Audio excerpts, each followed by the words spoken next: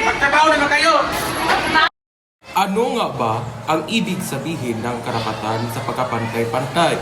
Ang karapatan sa pagkapantay-pantay ay isang mahalagang aspekto ng karapatang pantao. Lahat ng tao ay kailangan ng karapatan anumang lahi, kasarian, relihiyon, etnisidad at anumang katangian. Mahalagang malaman natin ang ating mga karapatan at mga batas na nagproprotekta.